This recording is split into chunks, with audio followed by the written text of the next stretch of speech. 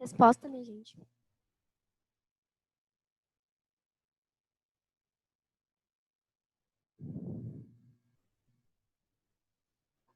O que vocês acham aí dessa daí?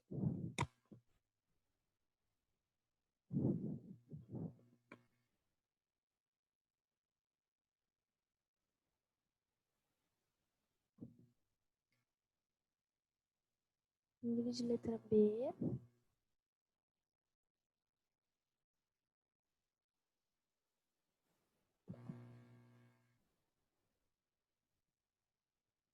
Mais alguém quer responder?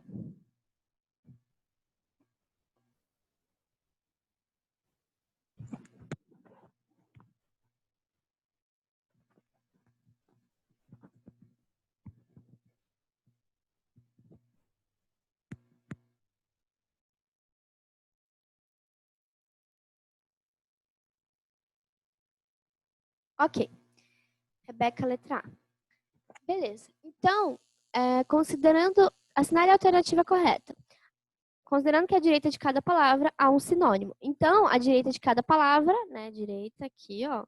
Então, ó, ele está querendo saber se esse igual aqui, né? Tá falando que é igual a tal coisa, é sinônimo, ok? Então, ó, emergir é vir à tona, ok? Quando você fica lá boiando na água, você está emergindo, tá vindo à tona, tá bom? E imergir com I é mergulhar. Da mesma forma, vai acontecer... Então, ó, nossa alternativa é a letra A, tá bom? Da mesma forma, vai acontecer aqui, ó. Emigrar, sair do país. Imigrar, entrar no país. Então, toda vez que for E, começar com E, assim, né? Sair, ok? E entrar. Então, aqui tá trocado, tá, gente? Delatar. Expandir. Não, delatar é denunciar, né? Então, por exemplo, eu cometo um crime e a Rebeca fala que vai me delatar para a polícia. Dilatar e expandir. Então, se eu esquento um metal, este metal vai expandir, então ele vai dilatar. Deferir, né? Conceder. Então, eu posso deferir um golpe em alguém que está me incomodando, por exemplo. E diferir. Diferir é diferenciar, ok? Dispensa. O soldado está dispensado, né? Está desobrigado de suas funções. Despensa é aquele cômodo em que você guarda várias comidas gostosas. Então, letra A. Número 4. Indique a letra na qual as palavras completam corretamente os espaços das frases abaixo. Quem possui deficiência auditiva não consegue os sons com nitidez. Então, não consegue diferenciar os sons com muita nitidez, né? Então, é discriminar ou discriminar? Se a gente voltar aqui na questão anterior, né? Quando a gente falou lá de diferir, né? O significado de diferir é diferenciar. Então, aqui também, ó, discriminar. Quando a gente fala de discriminação, é com I. Então, quem possui deficiência auditiva não consegue discriminar os sons com muita clareza. Gente, discriminar é parar de tornar crime, ok? Então, por exemplo, descriminalização do aborto, descriminalização da maconha. Isso sim, parar de tornar crime o aborto, parar de tornar crime o consumo da maconha, sei lá, entendeu? Então, descriminar, parar de tornar crime, tá bom? Discriminar, diferenciar, ok? Quando você discrimina alguém é porque você está tratando aquela pessoa de uma forma diferente, ok? Geralmente tem um caráter, né, de que você está tratando de uma forma diferente, mais ruim, ok? As pessoas. Hoje são muitos os governos que passam a combater alguma coisa de entorpecentes com rigor. Tráfico ou tráfego, né? Essa aqui geralmente a galera já sabe diferenciar. O que a gente combate é o tráfico de drogas. O tráfego é o quê? Tráfego de carros, né? Engarrafamento. Então, se é tráfico de entorpecentes, então é tráfico assim, tá bom? Beleza? O diretor do presídio, pesado castigo aos prisioneiros revoltosos. Então, a gente até falou de infração. Infração é quando você descumpre a lei. Então, se ele está aplicando ali alguma punição, ele não está infringindo, né, a lei. Ele está infligindo alguma punição. Então, o diretor do presídio infligiu pesado castigo aos prisioneiros revoltosos. Então, letra A, tá? Essa é uma questão que eu diria para vocês resolverem da seguinte forma. Vai naquela que você tem mais certeza. Então, eu sei que aqui não é tráfego. Então, eu vou cortar ali, tráfego, né? Então, já eliminou duas, né?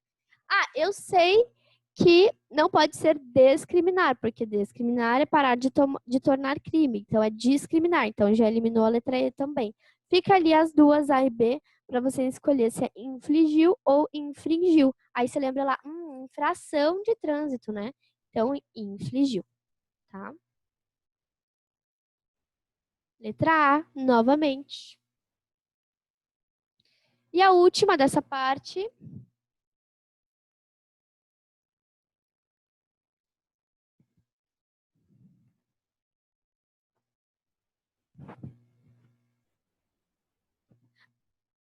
Galera, rapidão, desculpa atrapalhar. Só para lembrar, a relação aqui dessas palavrinhas aqui, dessa questão, também é uma questão de paronímia, tá bom? Porque são muito parecidas, mas são diferentes, tanto na pronúncia quanto na escrita. Então, são paronímias, ok?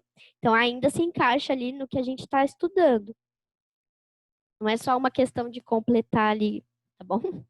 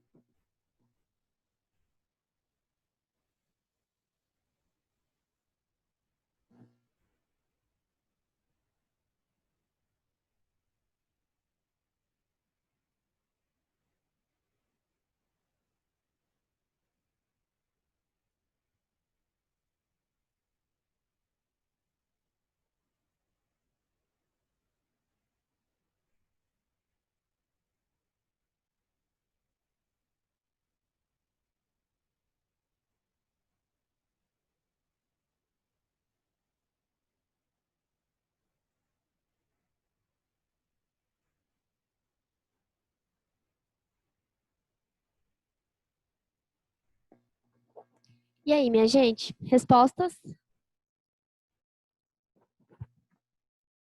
Letra A, Evanilza.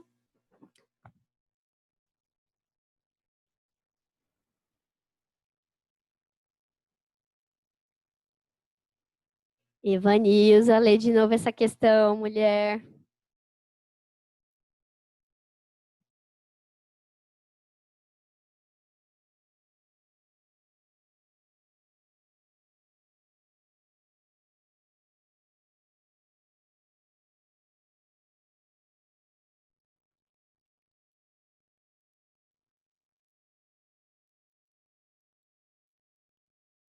Se vocês quiserem responder, gente, mas estiverem com vergonha de responder, vocês podem colocar ali privado, tá? Privately para mim, tá bom? Que daí só eu vejo a resposta, tá bom? Eu também não falo o nome de vocês. Então, vamos lá. No concerto do violoncelista eminente ou iminente, havia muitas pessoas, pois era uma sessão beneficente.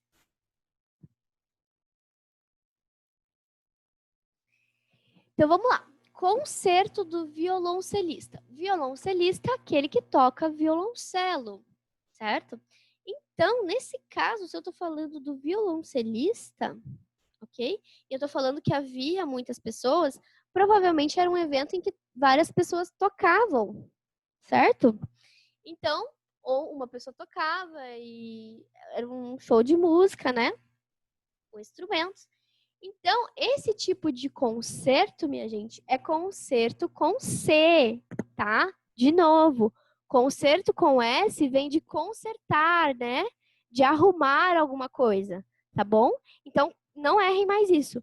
Concerto com S é de consertar, de arrumar alguma coisa. Concerto com C é um show de música, de alguma orquestra, de alguém que toca um instrumento, tá bom? Então, nesse caso aí, concerto com C, tá? De resto, que é aquele concerto de arrumar, com o sentido de arrumar, de consertar uma moto, consertar um carro, consertar um telhado, concerto com S, tá? Ok, essa diferença? Concerto com C. Então, já eliminei a A e a C. Do violoncelista eminente. Aí eu falei para vocês que eminente é grandioso, certo? E iminente que está prestes a acontecer. Se eu coloco isso logo depois de violoncelista, provavelmente eu estou falando que ele é grandioso, né? Então, no concerto com C do violoncelista eminente, então eu já tenho minha resposta, tá? Letra D. Havia muitas pessoas, pois era uma sessão beneficente. Gente, seção com cedilha quer dizer parte de alguma coisa. Por exemplo, seção de supermercado vai ser uma parte do supermercado, então vai ser com cedilha. Seção de uma pizza, né? Então, uma parte de uma pizza, cedilha. Agora, se eu uso seção com 2 S, eu vou estar falando de uma, por exemplo, uma sessão de hidratação no cabelo, né? Quer dizer que é um evento, né? Um evento de hidratação no cabelo, né? Ou uma sessão de fotos, né? É aquele momento de fotos.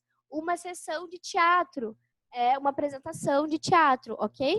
Aí vai ter essa diferença, sessão de evento, de momento, ok? De apresentação, para uma sessão com C cedilha, que é uma parte de alguma coisa, tá bom? Então, letra D. D de dado.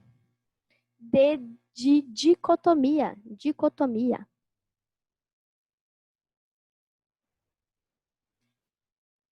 Ok, vamos dar mais uma pausinha. Deixa eu ver que horas são aqui, só um minutinho. Vamos continuar só mais um pouquinho, então. Vou dar um início aqui nessa parte de empregos, emprego de tempos e modos verbais. Eu quero saber, alguém tem alguma dúvida até aqui? Dessas duas partes, dessas duas primeiras partes da aula. Agora a gente vai entrar na terceira. Não? Nenhuma? Ok, então vamos continuando aí. Emprego de tempos e modos verbais. Tempos verbais, tá? É um substantivo masculino no plural, mais um adjetivo no plural, que pode ser tanto masculino quanto feminino. Verbais pode ser tanto um adjetivo masculino quanto feminino. Tempos verbais são as variações do verbo que indicam em qual momento o fato expresso por ele está ocorrendo, tá?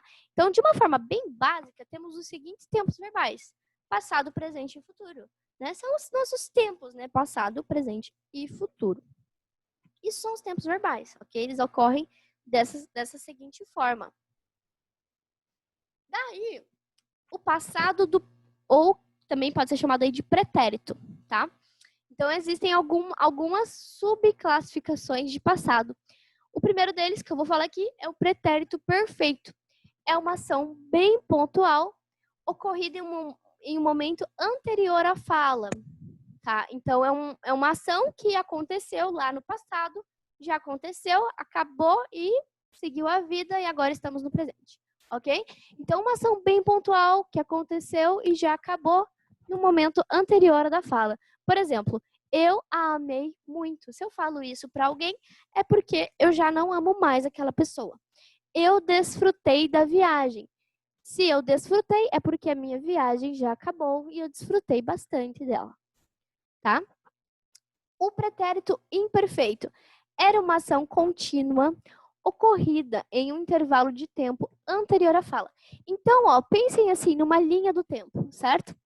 E o pretérito imperfeito é aquela ação que ocorria o tempo todo, até um determinado período, e daí parou de acontecer.